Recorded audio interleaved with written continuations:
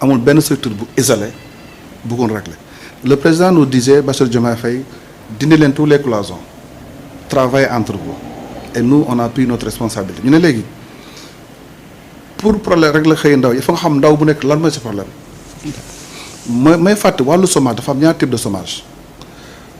dafa am chômage dans chômage structurel mooy koo xam ne amoo compétence bu la mën jox liggéey wala koo xam ne jàng nga mais li nga jàng mënu la may liggéey mënu am liggéey parce que li nga jàng may la ko amoo ko mu am le chômage conjoncturel mooy ku nekkoon ci entreprise muy liggéey ba entreprise pour des problèmes économiques entreprise bi tëj xam nga est-ce que ñaari malades yooyu doon traité de la même manière. non. moo tax ñun on a commencé à identifier quelle est la composante du chômage structurel ak la mu nekk chômage conjoncturel léegi premier composant dañ ne structure yéen seen liggéey mooy def leen profilage ngeen classé ndaw ji le travail on l'a fait nous avons divisé les jeunes en 3 groupes le premier groupe ce sont les jeunes qui sont sans qualification sans projet amuñu compétence amuñu projet. Le deuxième groupe sont les jeunes qui sont qualifiés mais qui n'ont pas de projet parce que am na ñoo xam ne dañoo opté ñoom dem liggéey ci entreprise. Mais le troisième groupe il y a les porteurs de projet.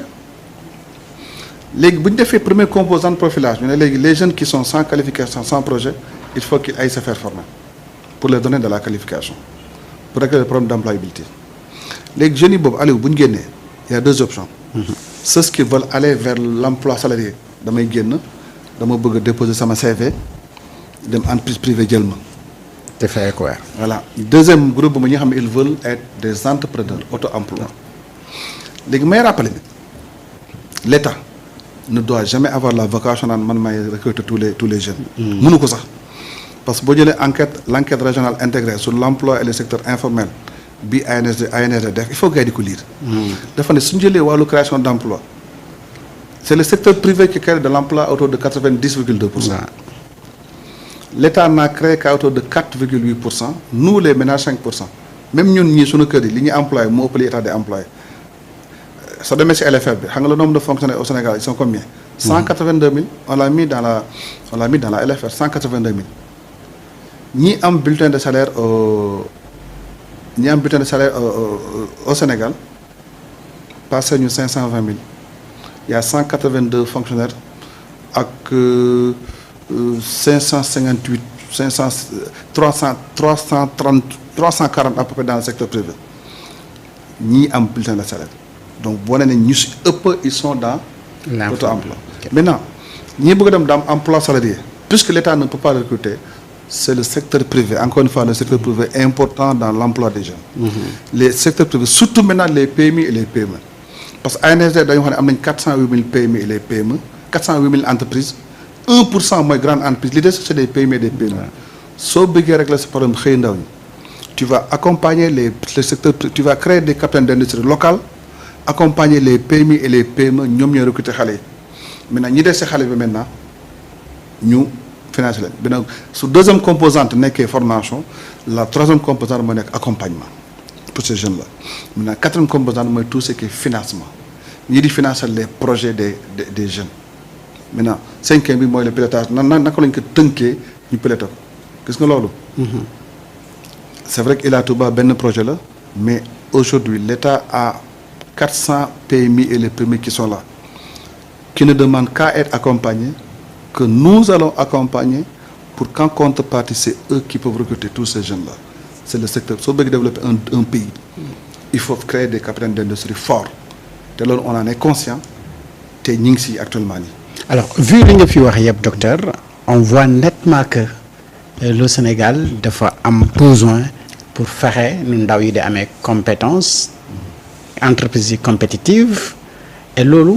3FPT bi nga jiitee daf ci am rôle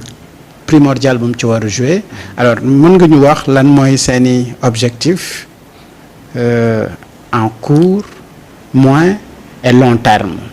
et gis nañu récemment le premier ministre def na le tour de l'Afrique de l'Ouest disons est-ce que tey tamit dina ngi xalaat ci seen formation jéggi frontière u Sénégal fekk yeneen i ndawu Sénégal feneen fu ñu nekk ngir ñoom tamit ñu mën a am benn intégration ci yenn entreprise yi nekk fii ñu ne. Voilà damay commencer avec la dernière question c'est vrai que man on m'a interpellé bi ma demee benn mission. la diaspora ñu ne ñoom est-ce que mën nañu am si sunu bourse yi quoi. ok ma ne ko si ça dépendait que de moi waaw dinaa ko def mais nag xam nga ñun dañoo tënku si ay textes ay lois. man maa ngi rappelé ñun duñ joxe ay bourse mooy nga jël xaalis jox ko ndaw bi mu dem fayal boppam wala mu am lu mu si def. ñun bon bi dañ lay envoyé si benn école ginnaaw bu la école bi formé ba nga pare sa formation mu def rapport am ñu fay la léeg-léeg sax jox leen comp leen benn avance. Malheureusement suñu texte yi ne nous permet pas de financer les jeunes qui sont dans la diaspora mais comme que les jeunes l'ont plaidé on peut le poser mais est-ce qu'il n'est pas possible maintenant que 3FPT puisse donner des bons de formation à des gens qui sont au niveau de diaspora loolu moom c'est une excellente question boo xam ne man inscrire naa ko. te ñun ginnaaw dañoo am souvent conseil d'administration da ngay njëkk a ñëw waxtaanee ak sa conseil d'administration buñ ci d'accord nga dem maintenant texte yi bii créé 3FPT ñu mën ko si yokk te loolu aussi il faut nga bindaat décret bi mu dem au niveau de SGG secrétaire général du gouvernement gars yi validé ko moo tax réew daa amat nu muy doxee mais loolu man teg naa ko si table bi. maintenant par rapport li ma wax ne par rapport à l'employabilité et la compétitivité. dafa am ñaari gisee yoo xam dafa nekk 3FPT loolu lay jariñ. parce que su ma nee man tey jii entreprise des fois dañ leen di imposer ñu am plan de formation nga jël benn entreprise boo xam ne tey jii dans son plan de formation buñ ko bàyyi ak boppam rek moom amaana de mën na génnee 100 millions pour fay la formation de son personnel. maintenant bu ñëwee 3FPT ki financé ko la formation moom 100 millions boobu noonu mën na ko dugal feneen si entreprise foo xam ne mën na recruter yeneen ndaw yoo xam ne mën na leen fay seen salaire foofu. genre compensation lay nekk rek. yow tu avais prévu 50 millions pour ton plan de formation. ma ne léegi yow plan de formation boobu ñëwal mën ma financer la ko léegi xaalis boobu mën na am benn un moyen qu'on va utiliser. pour recruter tous ces jeunes là. maintenant jeune boobu na maintenant avant nga koy utiliser foofu man ma former ko mu am xam-xam. ma am beneen projet boo xam ne c'est important bi nga ko laajee mooy les PFI dañ am benn instant ñu ne léegi former baax na. mais li gën mooy ñu former pour insérer ndaw bi on a développé des PFI. projet de formation insertion gis nga les formations bi ñu financé dañ ne contrat bipartite entre man en tant que représentant 3FPT ak école bi di former ndaw yi ma nekk man engagé jox la xale bi fay li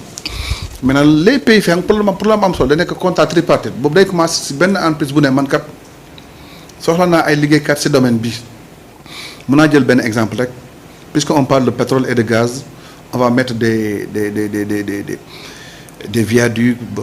pour transporter le pétrole et le gaz ñu ne léegi benn entreprise ne man kat dama soxla des soudeurs industriels parce que soudure du yëpp du ñu benn mu ne man dama soxla benn soudeur industriel soxla naa si 20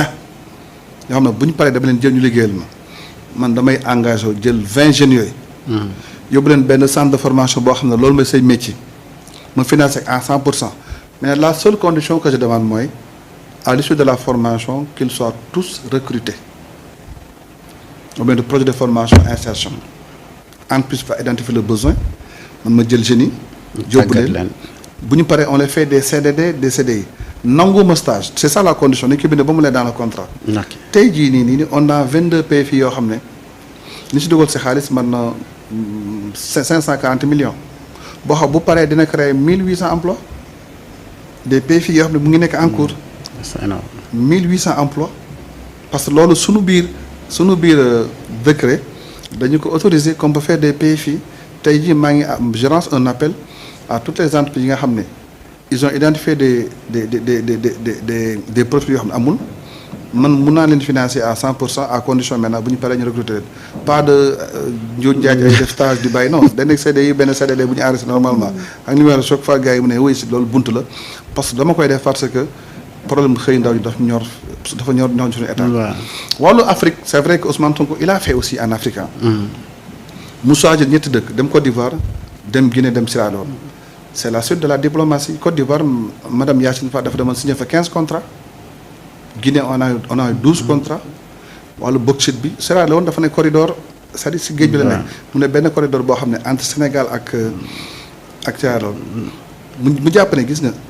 nous avons des ressources naturelles yoo xam ne suñ mutualiser suñ doole on peut beaucoup servir loolu aussi Ousmane Sonko defoon na ko donc ñun li may def mooy rek bépp métier boo xam ne